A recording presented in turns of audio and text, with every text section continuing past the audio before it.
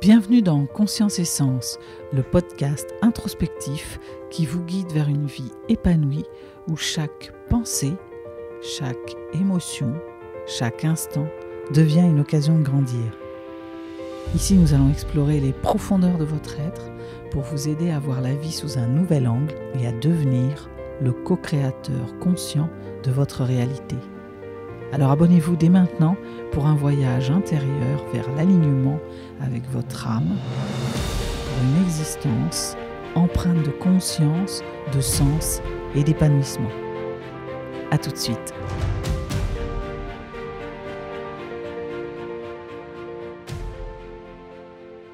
Bienvenue dans ce nouvel épisode dédié aux émotions. Aujourd'hui, je vais vous parler de la tristesse. Et oui, on en fait souvent un peu comme un tabou presque. Quand on est triste, on aurait tendance à aller s'isoler, se retirer dans sa grotte. Parce que la tristesse, c'est pas un état facilement gérable par soi déjà, mais surtout par les autres. On est très influencé plus ou moins consciemment par le regard des autres qui sont complètement désemparés avec votre tristesse. Et puis on est dans une époque, ça fait quelques années que ça dure maintenant, où il y aurait comme un positivisme accru, où il faudrait être toujours en joie, savoir dépasser tout, voir le bon côté. Or, la tristesse est nécessaire, c'est celle qui nous permet de faire un deuil, d'accepter la tristesse. Elle vient spécifier, mettre en lumière une notion de perte. Et elle doit être vécue. C'est important qu'elle soit vécue. Alors on va voir dans cet épisode comment faire pour l'assumer pleinement, même au regard des autres, et puis passer cette transition nécessaire à la guérison. Alors avant ça, je voulais vous remercier vraiment. Il se passe quelque chose d'assez magique et fabuleux sur la chaîne en ce moment. Depuis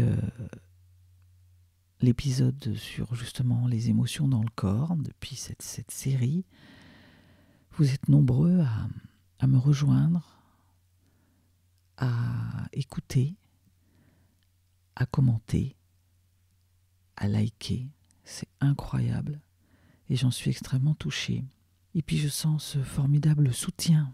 Le nombre des abonnés a grimpé de façon spectaculaire. Chaque jour, des personnes s'abonnent. Et je ne peux pas remercier systématiquement chaque personne. Voilà, je prends soin de vraiment répondre à tous les commentaires, soigneusement, en lisant tout ce que vous me dites, en partageant avec beaucoup d'empathie ce que vous me dites et en tâchant d'essayer de vous aider au maximum par quelques mots. Je verrai aussi pour faire un live bientôt pour des fois répondre peut-être d'une autre manière à ce que vous me partagez. Et puis vous pourrez me poser vos questions en direct. Et donc du coup, ce sera un échange plus énergétique encore entre nous. Voilà, mais je voulais vraiment vous remercier. Je suis extrêmement touchée. Je suis agréablement surprise aussi.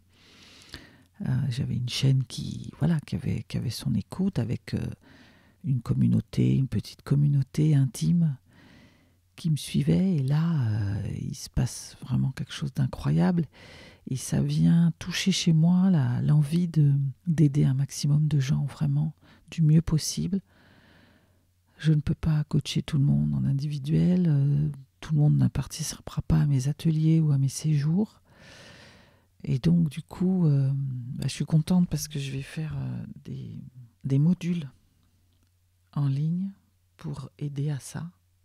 Et aussi, cette chaîne, c'est l'occasion de pouvoir parler au plus grand nombre avec une volonté vraiment de vous donner un maximum de choses. Voilà. Donc, à partir de cas que je rencontre, de ce que je traverse, parce que je suis comme vous, un être humain, vulnérable par instant, qui traversent la vie. C'est ça, être vivant. La différence parfois avec certains, c'est que étant coach, ayant travaillé moi-même mon chemin de coach, j'ai souvent les clés. Je dis souvent, parce que je peux être dépassée sur 2-3 choses quand même. Et donc je me fais accompagner, mais j'ai souvent des clés, voilà, de la prise de recul et puis un regard, et je recycle tout ce qui arrive. Et c'est un petit peu ça la vie en fait, hein. C'est un petit peu ça. Voilà, donc je vous le redis et je vous le redis, immense merci. Et si ce n'est pas fait déjà, continuez de vous abonner parce que c'est un vrai soutien. C'est un soutien parce que YouTube du coup met en avant les vidéos, donc ça fait en profiter un plus grand nombre. Et puis ça me montre aussi, c'est un encouragement à ce que je continue, même si j'aurais continué malgré tout, puisque c'est en moi, c'est ma mission de vie. Et puis accessoirement, ça soutient la chaîne. Et donc c'est une manière aussi pour moi de pouvoir vivre un jour de mes contenus. Voilà, ceci étant dit, la tristesse. Alors pourquoi j'ai eu envie de parler de la tristesse? C'est parce qu'en ce moment, je traverse comme un peu une période de solitude. Alors, de solitude par rapport à... C'est bon d'être seul. J'encourage toujours chacun à aller faire ses moments, avoir ses moments à soi, où on se retrouve avec soi et où on peut, en introspection, vraiment se rencontrer, se déposer, digérer quelque chose, se ressourcer. Donc c'est très important. Ça, c'est la solitude choisie. Et puis, il y a la solitude subie, celle qui arrive quand on se met parfois l'illusion plus ou moins réelle, drôle de phrase ça, mais c'est plein de subtilités, qu'on est seul. Alors pourquoi je parle d'illusion? Parce qu'en fait, c'est l'idée de se dire qu'on a tout ce qu'il faut en nous, et une ressource interne, quelque chose en soi à aller chercher pour avoir comme une compagnie. Et la réalité, parce que des fois on est très peu entouré, on est très peu épaulé, on peut ressentir vraiment un sentiment de solitude. Moi en ce moment, je traverse une zone de turbulence, comme dirait l'autre. Je ne sais pas si ça vous est arrivé, ça, d'avoir un ressenti profond de solitude, comme si j'ai l'impression de perdre mes amis, vous voyez, comme de perdre un ami ou un membre de sa famille. Tout d'un coup, on se sent seul en ce moment. Moi, ça m'arrive parfois au milieu d'assemblées, avec des amis, en soirée, où je me sens comme seul parce que pas entendu ou décalé. C'est-à-dire que j'ai l'impression comme si je devenais quelqu'un d'autre et puis que les autres n'arrivaient pas à suivre. Voilà, c'est plutôt ça. Je cherchais mes mots pour décrire. C'est pas évident. Et ça se traduit par... on parle de sujets qui hier m'intéressaient et avec lesquels je pouvais m'amuser des soirées entières et disserter des heures entières. Et là, qui ne m'intéressent plus, où je n'ai plus rien à dire. Et puis, j'arrive pas à partager ce que je vis. Par exemple, là, tout ce qui se passe sur la chaîne, je l'ai dit à très peu de personnes dans mon cercle. Puis quand j'en parle, ça parle 2 secondes. Enfin, j'en parle 2 secondes et puis j'ai vraiment très très peu de personnes à qui j'arrive à partager le ressenti, ce que je vous ai dit là, d'être tellement touché par ça. Parce que la plupart de mes amis ne sont pas forcément sur les réseaux sociaux, sont dans le salariat. Voilà, j'ai la solitude de l'entrepreneur aussi par l'instant. Et donc là, je suis dans une période de ma vie où il y a comme un ménage qui se fait. Vous savez, vous avez des amis et parce que vous évoluez, dès lors que vous travaillez un peu sur vous, vous comprenez des choses, vous prenez du recul, vous gérez les situations différemment, vous gérez autrement et des fois les autres vous regardent parce que vous changez de comportement et ils ne vous comprennent plus. Et puis, vous vibrez aussi, vous avez d'autres vibrations énergétiques. Vous êtes à une fréquence à laquelle vous vous n'êtes plus sur la même longueur d'onde avec certains. Donc, soit les gens s'éloignent, soit c'est vous qui êtes plus en distance, et même si vous restez avec ces personnes, vous ne vivrez plus pareil ensemble. Voilà ce qui m'arrive. Il y a comme une rupture, en fait. Ça m'a fait ça avec certaines ruptures. Voilà, on est là et on pense qu'on ne va pas survivre, quoi. Il y a quand même quelque chose de ça aussi, d'un deuil à faire. Voilà, alors c'est un peu triste, on va parler de la tristesse. Oui, je ressens de la tristesse par instant, c'est très chahutant, ça va, ça vient. Mais au fond, c'est le processus de guérison. C'est une étape par laquelle il est important de passer pour justement vivre, être vivant déjà, et puis pouvoir avancer. C'est-à-dire qu'on a un peu tendance, les réflexes premiers souvent avec la tristesse, c'est de la mettre de côté au fond du tiroir en se disant mais non, bon, ça va aller. Pour un peu qu'on ait eu le driver soit fort, je viendrai vous faire un truc sur les drivers, un épisode sur les drivers, mais soit fort, et ben on le met de côté, quoi. On dit bon allez, on continue d'avancer. Or il y a un processus de guérison qui est important à faire. C'est parfois là ce dont je vous parle, c'est le sentiment de perte. C'est comme un processus de deuil. Elisabeth Küssler-Ross, qui est un médecin psychiatre internationalement connu, qui a été une pionnière dans l'accompagnement des personnes en fin de vie, elle a beaucoup parlé de ça, de la courbe de deuil et des 5 stades du deuil. Déni, colère, marchandage, dépression, acceptation. C'est une manière de traverser quelque chose, un passage que l'on croit insurmontable, dont on pense qu'on ne va pas se remettre, et qui finalement, des semaines, des mois plutôt, voire des années plus tard, on a fini par traverser. Alors l'idée n'est pas de se dire qu'après ça va être l'euphorie. Quand on a perdu quelqu'un, que ce soit d'un décès, d'une rupture, d'un éloignement, on n'oublie jamais en fait. Si cette personne elle a vraiment compté, on n'oublie jamais. Mais on apprend à faire avec. On continue. On trouve peut-être parfois aussi même d'autres manières de se connecter. Et ce qui permet ça, c'est un travail, entre guillemets, un passage en tout cas, un rituel. J'aime bien parler de rituel, moi. De deuil. Alors plus ou moins conscient, on n'est pas obligé de...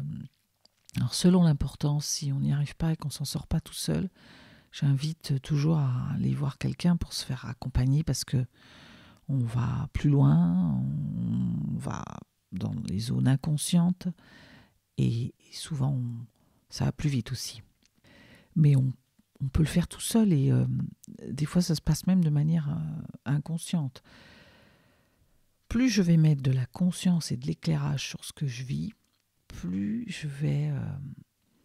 mieux ça va être, plus je vais nettoyer en fait à l'intérieur. C'est comme une plaie dont on voudrait qu'elle se guérisse en mettant comme un pansement dessus un petit produit et qu'on n'irait pas voir en profondeur que c'est en train de...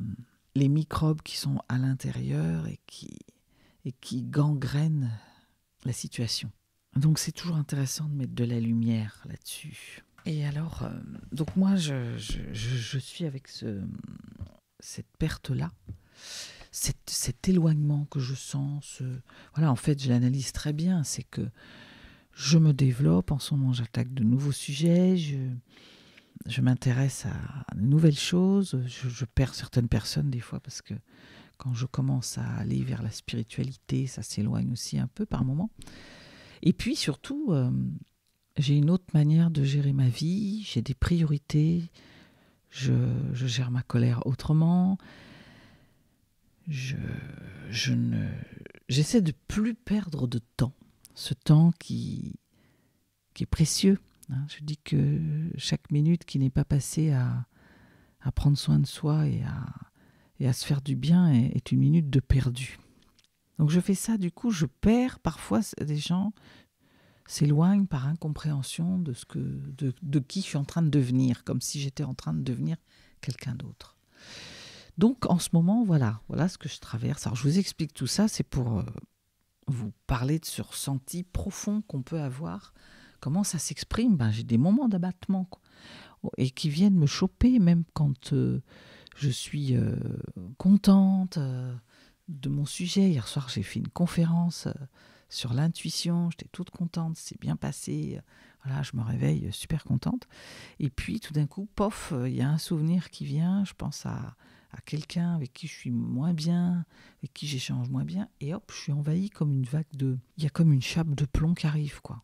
Avec toute la culpabilité de me dire, mais enfin, tout va bien, t'as drôlement de la chance, ta chaîne, la conférence, les accompagnements qui se multiplient, les modules qui vont sortir, tu devrais péter la forme.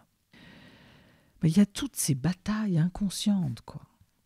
Voilà, parce que la tristesse, c'est souvent perçu comme une émotion négative. Vraiment quelque chose dont on se culpabilise, qui déconcerte les autres. Et en fait, et pourtant, c'est une émotion qui nous aide à... Elle est importante pour supporter une perte et faire un deuil de quelque chose ou de quelqu'un. Voilà. Quand dans notre vie, on a l'impression que quelque chose nous a été arraché ou qu'on ne reverra jamais, eh bien, ça s'accompagne vraiment d'une chape. Il y a une chute d'énergie, une forme d'accablement, un manque d'enthousiasme. Et du coup, dans le comportement, la capacité à agir est beaucoup plus compliquée. Quand on est triste, on est fatigué, on a moins de discernement, on prend moins bien les choses, on est comme à fleur de peau. Et donc, ce qui paraissait pas très important ou dont on avait la solution hier, aujourd'hui, paraît un obstacle insurmontable. Donc, l'idée, c'est plutôt que de la voir comme un obstacle à notre bonheur et puis de tout faire pour ne pas la ressentir, c'est vraiment de se battre contre la tristesse. Alors, se battre au sens la prendre en compte. Voilà. La tristesse, c'est la preuve de notre vulnérabilité et surtout celle de notre humanité. Quand je disais, on est vivant, donc la tristesse, c'est vraiment, je ressens les choses et je suis capable de me mettre en empathie aussi et de ressentir quelque chose. Et c'est important. Il n'y a rien de pire que cette forme d'apathie, c'est-à-dire quand on ne ressent rien, quand on bloque tellement les émotions pour traverser une épreuve qu'on ne ressent plus rien. Et on ne peut pas switcher et dire je ressens pas pour tel truc, je me bloque, mais ça reviendra pour un autre truc. À force de bloquer l'émotionnel, on fait comme un bouchon qui fait que ça met comme un filtre sur toutes les autres émotions qu'on pourrait ressentir à d'autres moments. Donc c'est important. Et la tristesse, c'est aussi un moteur de changement, parce que quand je suis triste, ça veut dire il se passe un changement. L'état, c'est je suis concentré. Généralement, c'est que je suis focus sur ce que je suis en train de perdre, ce que je n'ai plus, ce qui me manque. Donc, je suis un peu comme hors du temps. Mais en même temps, ça me permet de mettre un éclairage dessus, de regarder ce qui se passe et d'en tirer des conclusions pour l'avenir. Et je développe ce qu'on appelle la résilience. La résilience, c'est la capacité à rebondir et à vivre après un événement douloureux. Donc la tristesse, c'est le signe que quelque chose ne va pas dans ma vie et que je dois le changer. Et donc c'est une occasion de mettre de l'éclairage dessus et de pouvoir voir comment je vais, une fois que j'aurai traversé cette tristesse, c'est comment je vais pouvoir continuer d'avancer. Qu'est-ce qu'elle vient me dire et qu'est-ce que je vais changer. Et pourquoi il y a une notion d'action, c'est que, en revanche, c'est important d'accueillir sa tristesse et vraiment de la traverser à fond. En revanche, quand elle s'installe, elle devient dangereuse, entre guillemets, quand elle s'installe à long terme. Parce qu'après, on va partir vers de la dépression, plus ou moins longue. Et où là, il y a comme un arrêt et où on n'arrive plus à être en mouvement du tout. Donc l'idée, c'est de traverser sa tristesse, mais ensuite de se remettre en route. Donc l'idée, ça va être de vivre la tristesse à fond. Comment on fait ça? C'est déjà de l'accueillir, de ne pas vouloir la mettre sous le manteau, et donc de laisser venir ce qui est. Donc si vous êtes dans une phase d'apathie, de pas bien, eh bien vous vous posez, vous vous accordez des temps où vous allez ressentir à fond. Si vous avez envie de pleurer, vous laissez les larmes couler. C'est important. Les larmes, c'est un merveilleux moyen de... La nature nous a donné les larmes pour extérioriser notre chagrin. Donc c'est important de laisser s'écouler. Les larmes, c'est l'émotionnel. C'est comment je me nettoie aussi. Ça circule. Je vous dis souvent qu'il faut laisser circuler les émotions. Les larmes, ça permet d'extérioriser ce qu'il y a à l'intérieur. C'est déjà une forme, le corps se détend, beaucoup de choses qui se passent dans le corps. Et la tristesse, on commence à l'accueillir et à l'accepter. Donc c'est important. Donc si vous n'avez pas envie de pleurer devant les autres, isolez-vous, mais voilà, pleurez. Prenez-vous dans les bras aussi. Mettez-vous au chaud. Moi j'aime bien me mettre en cocon. Faites-vous du bien au corps, comme si quelqu'un vous réconfortait. Et puis rien de mieux que les autres. Partagez-la, cette tristesse. Dites à quelqu'un, si vous avez quelqu'un avec qui vous pouvez vraiment vous déposer. Entourez-vous de personnes que vous aimez vraiment. Et puis, demandez du soutien. Voilà. Dites que vous êtes triste. Et demandez-leur même, pourquoi pas, de vous prendre dans les bras. Il y a quelque chose de l'accueil. Alors quand on est en tristesse, on passe par des phases.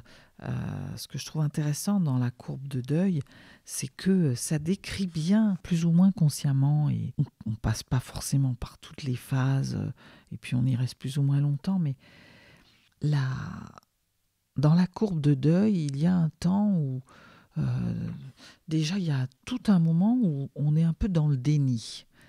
C'est-à-dire, sur le deuil, on vient de perdre quelqu'un et on se dit c'est pas possible, c'est pas vrai. Et dans les choses, moi, dans ce que je traverse en ce moment, j'ai mis beaucoup de temps à me dire, je me suis questionnée. Je me suis dit, mais est-ce que c'est moi qui rêve ou est-ce qu'elle s'éloigne? Il ou elle s'éloigne? On essaie d'analyser aussi. Je me disais, mais qu'est-ce qui se passe? Est-ce que c'est moi? Qu'est-ce qui a changé? Voilà. On se questionne et en fait, on est en train d'assimiler qu'il y a quelque chose qui est en train de changer, quoi. Et souvent, on tourne en boucle. Ça peut être une phase... moi, je suis restée longtemps dans cette phase. Vraiment. J'ai mis du temps. J'étais vraiment dans un déni. Parce qu'en fait, je n'avais pas envie que ces personnes s'éloignent. Là. J'ai laissé partir des personnes. Je sens qu'elles s'éloignent. Aujourd'hui, c'est très clair, mais j'ai mis un temps fou. Ça m'a pris plusieurs mois. Je n'ose pas dire une année, parce que c'était l'année dernière. Et puis après, il y a un sentiment de colère, parce on est comme abandonné. Et puis, on réalise que ça va plus être comme avant, quoi. On va être obligé de faire sans elle, sans lui, sans eux, sans elle avec un S. Et pour autant, la colère, c'est indispensable dans le processus de guérison. C'est vraiment ce qui va faire extérioriser la douleur. Et dès qu'on a eu la colère, il y a comme quelque chose qui se met en route, vraiment. Voilà, tant qu'on est dans le déni, c'est sournois, ça dort un peu. La colère permet vraiment de sortir de là. Après, on arrive dans une phase de ce qu'Elisabeth Kubler appelle le marchandage. Alors là, on refait l'histoire, en fait. On aimerait que ce soit comme avant. On essaie de faire des compromis. On se dit, mais bon, est-ce que j'ai vraiment besoin de me séparer de cette personne? Est-ce que je ne peux pas faire un effort? Parce qu'il y a toujours cette culpabilité derrière. Et voilà, on marchandise avec la douleur. On se dit, mais finalement, est-ce que ça me fait si mal que ça? Voilà. Et quelque part aussi, on est dans ces extrêmes quand on a très très mal. Je ne sais pas si ça vous fait ça, vous, mais on serait prêt parfois à faire n'importe quoi pour arrêter de souffrir. Et dans le n'importe quoi, il y aurait comme d'accepter l'inacceptable. Donc tout ça va nous amener dans une tristesse, une limite dépression, quoi. On réalise, et là, ça nous rend très tristes. On a un sentiment de vide, ça perd de l'intérêt, chaque chose perd de l'intérêt, ça peut être très très ravageur. Et on est même surpris de l'ampleur que ça peut prendre, on n'aurait pas imaginé que ça puisse faire si mal. Et donc là, c'est là où on va être en culpabilité, on va essayer de remonter vite fait, et c'est là où il faut vraiment s'accueillir, quoi. Il faut s'accueillir, il faut laisser circuler, il faut se faire des temps, bichonner son corps aussi. Le corps, c'est important, c'est lui qui va exprimer. Faites-vous des choses douces, quelque chose que vous aimez. Parce que quand on est dans la tristesse, on rumine, donc on est dans sa tête. Et une des façons, en tout cas, peut-être même la meilleure, de sortir de sa tête, c'est se mettre en mouvement, c'est aller dans son corps, c'est envoyer une énergie dans le corps et ensuite de la répéter. On fait un pas, on en fait un deuxième, et à force d'agir, de faire, on ressent des choses, et petit à petit, ces moments où j'arrive à faire au début, et après, j'arrive même par instant presque à y prendre un peu de plaisir, vont prendre le pas, vont s'inscrire, comme un peu comme quand on modèle un... J'aimais bien aller voir ça avant, quand j'allais à la montagne, il y avait un potier qui façonnait comme ça, qui ouvrait son atelier, on pouvait voir comment il élaborait ses poteries, et je voyais comment ça se façonnait en fait. Et c'était vraiment chouette. Et c'est un peu ça, tranquillement, tout doucement, au début on voit pas clair, mais un pas après l'autre, on avance jusqu'à un jour se dire mais oh bah ça y est, c'est fini. C'est fini au sens je n'ai plus mal comme avant. J'ai gardé le souvenir, mais il ne me met plus en déroute. Donc c'est vraiment ça, c'est d'accomplir des petites tâches simples, c'est de solliciter votre système de récompense, vous accumulez les petits succès et hop, vous vous félicitez pour retourner dans une énergie plus dynamique, plus positive. Et puis, moi j'aime bien faire ça, quand je suis pas bien, je commence toujours par me retirer, et puis ensuite je me mets je fais mon podcast, je pense à vous, je me dis bon, je vais leur amener une clé, je pense à mon module, je prépare un coaching, j'aide les autres. Aider les autres est un remède contre la tristesse. On a souvent un réflexe où on se dit oh là, je suis pas bien, donc c'est pas le quart d'heure d'aller aider quelqu'un. Pas si sûr. Parce que déjà, vous allez mettre de côté pendant quelques temps, votre tristesse, et deux, vous allez faire du bien à quelqu'un, et par effet miroir, et énergétique, ça va vous faire du bien aussi.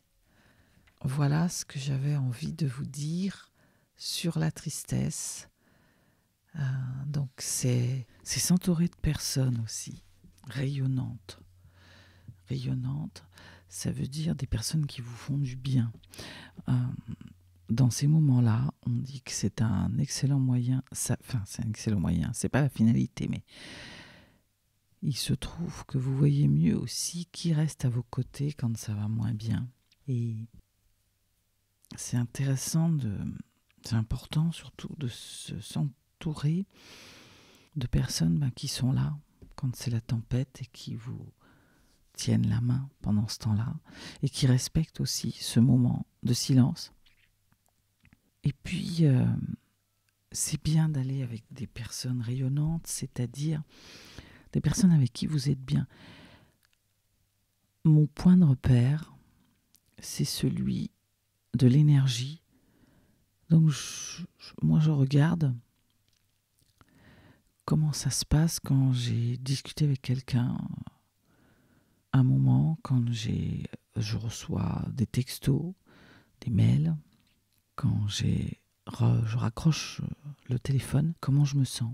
Est-ce que je suis en énergie, je suis reboostée, il y a un petit élan, je me sens comprise et tout. Je me dis, bon, cette personne-là, vraiment c'est une ressource. Ou est-ce que je suis fatiguée de me dire j'aurais dû raccrocher plus tôt, je ne sais pas ce que j'ai, ou j'ai une petite baisse d'énergie, voire des fois même baisse de morale, ou je suis agacée. Et là, je me dis, avec parcimonie, c'est pas forcément qu'il faille faire un grand ménage et virer tout le monde, mais c'est vraiment de regarder ça et de savoir ce qui nous fait du bien, parce que dans ces moments-là de tristesse, ça va être important d'être soutenu, quoi. Autre chose aussi, avant de terminer, c'est l'histoire de faire quelque chose de son émotion. Outre le fait de ne plus lutter, il y a de l'exploiter. Les artistes font beaucoup ça. On voit que souvent, les meilleures chansons, ce sont les chansons de rupture, ou les chansons qui parlent de moments douloureux. Les plus belles œuvres naissent souvent de moments de déroute. Donc j'ai envie de vous inviter à créer, en fait, alors qu'est-ce que vous pouvez faire de cette tristesse. Donc ça peut commencer par poser quelques mots sur un papier, écrire dans un journal, et puis voir ce que ça donne, ou d'aller prendre une feuille et des crayons de couleur, et puis de dessiner un truc. Qu'importe, quelque chose, soit quelque chose que vous avez l'habitude de faire, où vous avez déjà repéré votre passion, ce qui vous ressource, allez-y, quoi. Ça peut être la peinture, la musique, du sport aussi, pourquoi pas, de la danse. Soit vous ne savez pas et prenez un crayon, notez 3-4 choses et vous allez voir que de coucher, ça libère. C'est toujours cette histoire de faire circuler. Et il pourrait de cela accoucher quelque chose qui serait de l'ordre d'une création. Bien, voilà ce que j'avais envie de vous dire sur la tristesse. Je terminerai avec un exercice un peu physique, parce que une émotion, c'est dans le corps, et que c'est intéressant d'aider à circuler, à dégager des choses, parce que chaque événement qu'on vit inscrit, laisse des traces dans nos cellules. Et donc, j'avais envie de vous proposer un exercice que je fais faire en atelier, que je trouve intéressant. C'est l'idée de vider et de fortifier vos poumons. Parce qu'il y a une expression qui dit « c'est à couper le souffle ». La tristesse, le chagrin, la mélancolie, ce sont des états émotionnels qui coupent le souffle, épuisent. On dit qu'on est épuisé. Alors, bien sûr, il y a la colère, il y a toutes ces énergies, mais la tristesse, ça réduit vraiment notre sensation d'espace intérieur. Et le souffle, c'est l'élément clé, puisque c'est quand même celui qui nous fait respirer, et c'est directement lié aux poumons. Et donc, on va avoir un peu nos poumons engorgés, c'est le mot qui me venait. Donc, apprivoiser la tristesse, c'est vider nos poumons et les toxines. Donc l'idée, c'est d'aller un peu forcer la respiration avec un mouvement particulier. Je vous explique. Vous vous mettez debout, bien ancré, les pieds écartés au sol. Vous placez vos mains sur vos épaules avec vos coudes qui se touchent devant vous. Donc vous avez une main sur chaque épaule avec les coudes qui se rejoignent devant. Et vous inspirez lentement et profondément en dessinant un cercle vers le haut et vers l'arrière. Donc avec vos coudes, vous dessinez un cercle vers le haut et vers l'arrière. Ça va ouvrir la poitrine. L'idée, attention, c'est pas de crisper les épaules, c'est de rester toujours un peu détendu.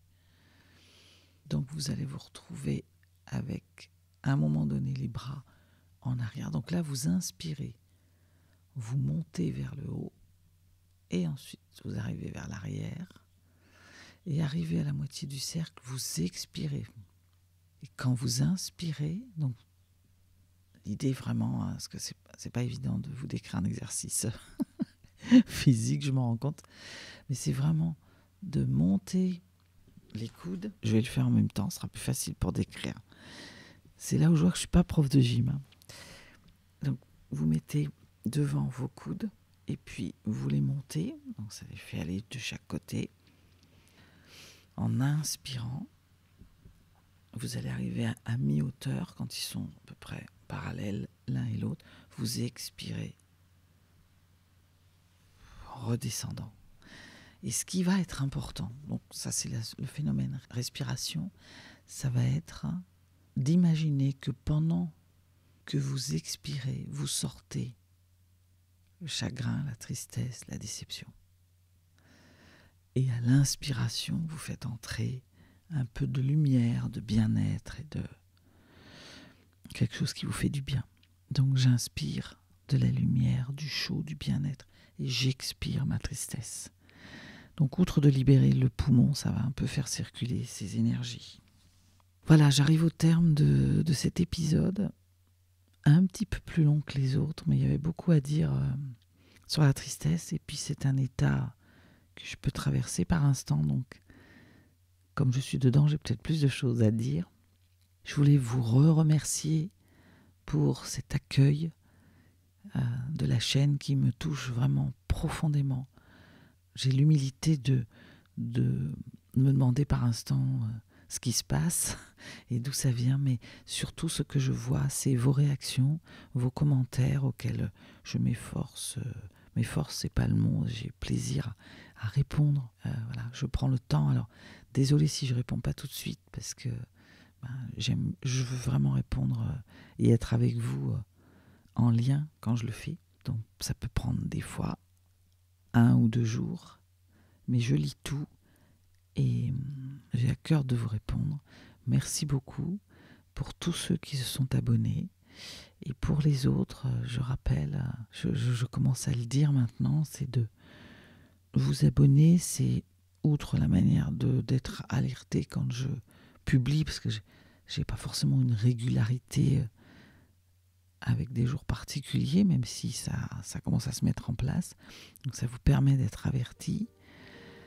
Et surtout, ça permet de soutenir, moi qui ai à cœur de vous amener des contenus de qualité, ça soutient la chaîne avec voilà, un moyen à terme, je suis en chemin, un moyen d'être valorisé pour ce que je fais et donc de pouvoir continuer à le faire en y investissant du temps, l'envie, de l'énergie. Voilà, je reviendrai vous voir. Le prochain thème, ça va être, prochaine émotion, pardon, ça va être la joie, parce que c'est important aussi, la joie. Ça paraît évident, mais on explorera comment aller puiser la joie, pas toujours à l'extérieur, mais à l'intérieur de soi. Et puis, on verra aussi que la joie, ça se partage, parce que quand on est joyeux tout seul, tout le temps, on peut finir par être triste. Merci encore et je vous dis à très vite.